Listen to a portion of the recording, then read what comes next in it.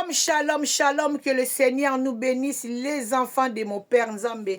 Apambola biso, tongo ela muna bandeko, nyoso to la muki a bonne santé. Nzambe apambola biso, tongo ela mupena bandeko to bakula muki a bonne santé, te to la muki na mikakate no bibe si biso à toutes circonstances. Toku misaka ka Nzambe po yende ayebi lobi na biso. Bien-aimé de le Seigneur, le lotoye na combat, les combats dans les mariages.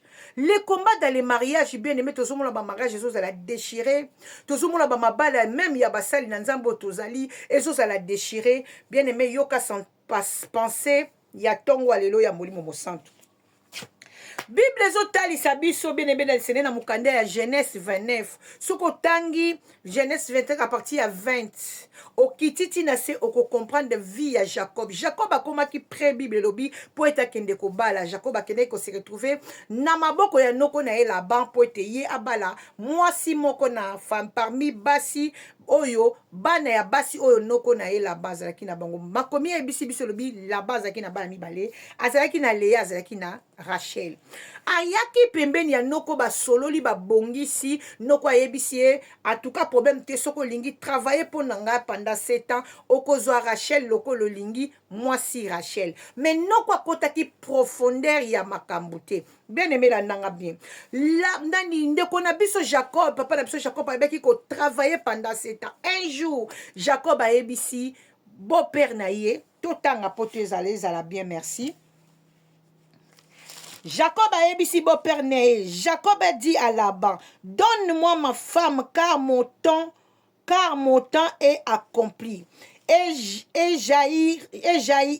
jaillira vers elle. Laban réunit tous les gens du lieu et fuit un festin le soir. Il prit Léa, sa fille, et la mena vers Jacob. Bible lobini tangu asangisi batu ba meli ba lie ba sepeli.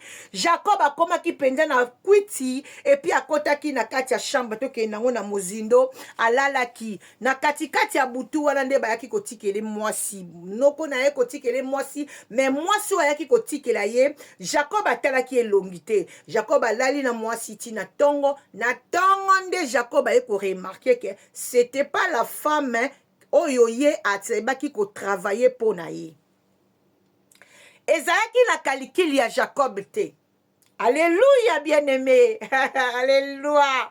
Ba loi ya libota ezotungisa biso. Ba loi ya libota ba makambu moko boy basi bakanga avant biso to botama. Tokuti yango na ba famille et puis mingi bien-aimé dans le Seigneur. Soki oza mwasi to mobali oyo yo kutani yo oza na ba loi wana na famille na bino oko attirer kaka mutu ope aza na ba loi wana. Eloko nini ekoki kosala po ebikisa bino kozala nde serré kozala bomoko. Mwasi ayebi bakomba ya libota, mobali ayebi bakomba ya libota, boza bino mibale na secrète mutu ta protéger famille bino mibale bosali o Bible na biso l'homme quittera et il s'attachera à sa femme quittera et il s'attachera à son homme. Ce que l'homme si a quitté, à s'attacher na mwasi pas kozala obligé ya ko quitter pour être s'attacher na mwasi et ko quitter wana bien aimé lobite ke mutu tenga longwa kananda ku na bango ake kokota na ndako mobali te oko quitter spirituellement. Tango zo quitter spirituellement ozo quitter na mentalité nyonso tout bien aimé dans le Seigneur. To continuer to kende na penser à Saint-Esprit. Na tongo soko otangi na 25 tu qui était na 26 tango Jacob alamuki na tongo atali c'était pas la femme oyo ya bomeli nzoto pendant 7 ans. Ah akepa noko na ye na 25 alobini oh oncle ezaki te ke nga nasalaki pona Léa nasalaki pona Léa nga nasalaki pona Léa te nga nasalaki nde musala pendant 7 ans pona nazwa Rachel. Comment yo ye kotikela ngai Léa noko na ye koyebisa habite eza mitindo o esi ekangama na libota muyaya bakoki kobala liboso na ye te esengeli liboso yaya akende na sima leki akokende. Mais pourquoi na meni penser musika Pourquoi, bien-aimé dans le Seigneur, tangu Jacob ayake pa noko na ye là-bas fongola qui est vérité. Pona nini noko na ye là-bas ebisaki ye teke soko lingo bala epa nanga oza obligé obala Léa okoki kobala Rachel te pour Rachel aza leki ba secret mususu ya famille bien-aimé toyebaka yango te. Ba secret ya famille ya libota oyo mwasi ake kobalela okoyeba yango te. Ba secret ya famille ya mwasi oyo mobali ake kobalela okoyeba yango te bien-aimé. Okoyeba yango te bakoyebisa yo pete. Okozala surpris na kati ya libala makambo ekomi deja ko compliqué bino. Surtout ezalaka mabe soki mobali askitete. Mobali akitete comme la Bible dit l'homme quittera. Mobali akitete, mobali azozo ya susu mwasi na ye, makambo ya ndaku na ye ya bana na ye, ya mariage na ye, azokende ko confier yango na famille. Na famille wana nalingi koloba papa na yo mama na yo libota na yo mobimba ozokende lokola ko livrer mwasi na yo na famille na yo mwasi pe lokola ozozwa makambo ya mariage na bino ozokende ko livrer yango na famille na yo eza lokola ozoteka mobali na yo mobali pe tango ozozwa makambo ya foyer na bino ozokende koyebisa famille na yo ezaki ozoteka mwasi na yo la yango ba porte fungwamaka.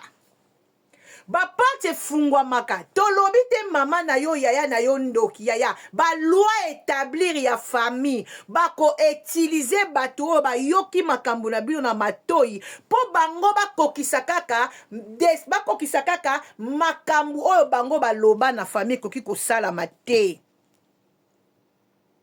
Là-bas yebisi Jacob alobi ezalaka te na famille na biso yaya abalaka kaka liboso koki kozwa jamais leki obala mais Jacob aye koyeba loi wana déjà dans le mariage il a déjà travaillé il a déjà dépassé l'énergie il a déjà passé des années après aye koyeba loi wana parce que là-bas bombelaki ye peut-être ce que Jacob ayebaki loi wana ne bandeli alingaki ate alingaki travailler c'est tenté tala Jacob aye komema vie oyo yakanaki te aye komema vie ya basi mibale oyo ye akalikilaki na mutu na ye te oyo ye aliyebaki te kya kosala ayebi te mwasi oyo nga nalingaki ezalaki Rachel ezalaki Léa te lokola na famille eza bongo je vais travailler encore je vais donner encore énergie pour prendre mwasi oyo motema na ngai elingaki Rachel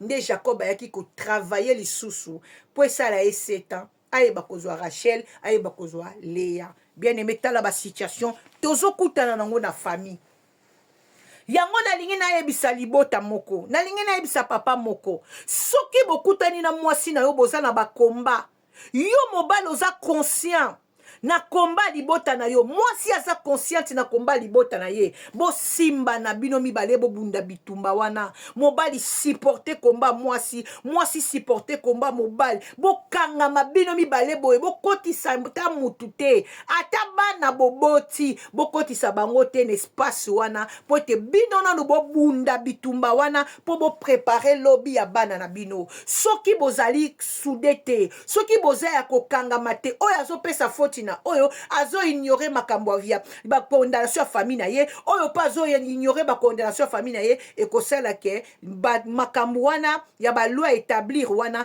ekokota po eza molimo eza malobo elobamaki deja avant bino bozala bao babalaka bino babalaka na famille na bino avant bino bakutana nango bino pe boye kokutana nango gloire à Dieu bino boye kokutana nango boza dans le Seigneur.